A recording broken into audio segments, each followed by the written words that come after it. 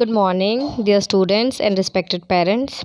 आज हम कंप्यूटर का चैप्टर नंबर 2 करेंगे, जो कि है file and folders in Windows 7। Just like you keep your files और documents in folder for easy reference at office और home, you can store files in a computer in different folders. जैसे आप अपने घर में कोई अपनी डॉक्यूमेंट हो गया, कोई फाइल हो गया, कोई पेजेस हो गए, वो संभाल के आप एक फ़ाइल में रखते हैं ताकि आपको जल्दी मिले, वैसे ही कंप्यूटर भी है, वो सारी चीज़ों को एक फ़ाइल में जमाता है, उसके बाद उसे फोल्डर में जमाता है। ठीक है, अब देखिए, an operating system is the most important software in computer system. A computer can not work without an operating system. Operating system जो है वो सबसे इंपॉर्टेंट सॉफ्टवेयर है और कंप्यूटर उसके बिना काम नहीं कर सकता। ठीक है, अब देखिए, फाइल्स एंड फोल्डर्स।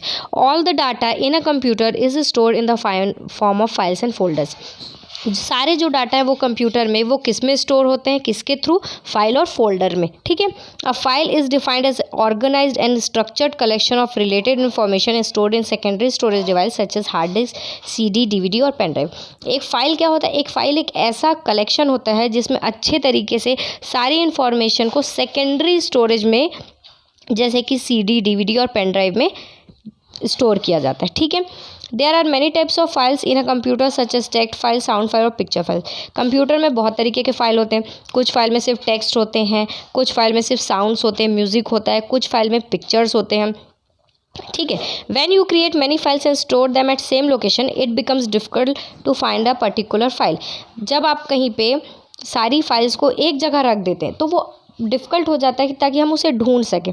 इसलिए हम क्या करते हैं, अलग अलग फाइल्स के लिए अलग अलग फ़ोल्डर बनाते हैं। ठीक है, तो उसे बोलते हैं फ़ोल्डर। ठीक है, स्टोरेज फाइल को जब हम फोल्डर में डालते हैं तो हम जल्दी से उन्हें ढूंढ सकते हैं।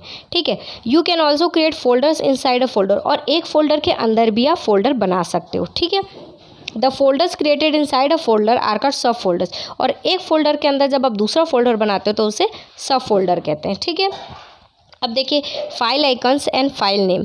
फाइल के आइकॉन्स कैसे रहते हैं और फाइल के नेम कैसे रहते हैं। Each file stored on a computer has its specified icon associated with it.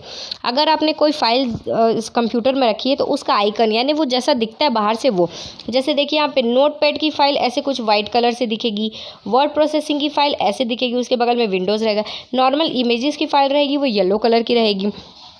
तो ऐसे हर फाइल का एक स्पेशल आइकॉन होता है, यानी उसका बाहर का जो आउटर कवरेज होता है, इसको आइकन बोलते हैं।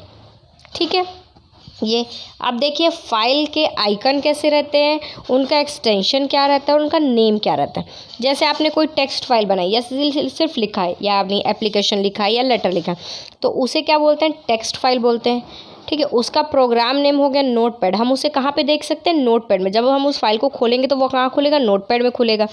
उसका एक्सटेंशन रहता है .txt। जैसे आपने फाइल का नाम लिख दिया एप्लीकेशन टू प्रिंसिपल, उसके बाद .txt जो आपकी बताएगा कि ये टेक्स्ट फाइल है, यानी इसमें सिर्फ लिखा हुआ है एप्लीकेशन, लेटर वगैरह, और उसका आइकन आप देख सकते हैं ऐसे वाइट कलर का होगा कुछ। ठीक है, उसके बाद सेकंड देखो, वर्ड प्रोसेसिंग फाइल। ठीक है, ये कहाँ खुलेगा? आपका माइक्रोसॉफ्ट वर्ड में खुलेगा। ठीक है, जब आप इसे खोलेंगे तो ये माइक्रोसॉफ्ट वर्ड में ओपन होगा, और इसका एक्सटेंशन है .docx। ठीक है, कोई भी आप Microsoft word processing file save करेंगे किसी भी नाम से, फॉर एग्जाम्पल आप उसे सना के नाम से सेव करते हैं, तो उसके बाद सना .docx लिखाएगा, जिससे आपको पता चल जाएगा कि वो ये वर्ड प्रोसेसिंग फाइल है, और उसका आइकन कुछ इस तरीके से होगा।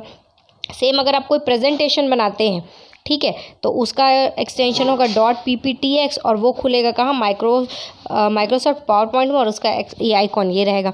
पिक्चर फाइल देखो, वो कहाँ खुलेगा? विंडोज़ फोटो व्यूअर में खुलेगा, और उसका देखो एक्सटेंशन होगा .jpeg, और उसका आइकॉन होगा कुछ इस तरीके से, और साउंड फाइल का कुछ इस तरीके से। ठीक है, तो आई होप आप लोगों को इतना समझ में आया होगा, बाकी हम नेक्स्ट क्लास में करेंगे। ठीक है, ओके, थैंक यू।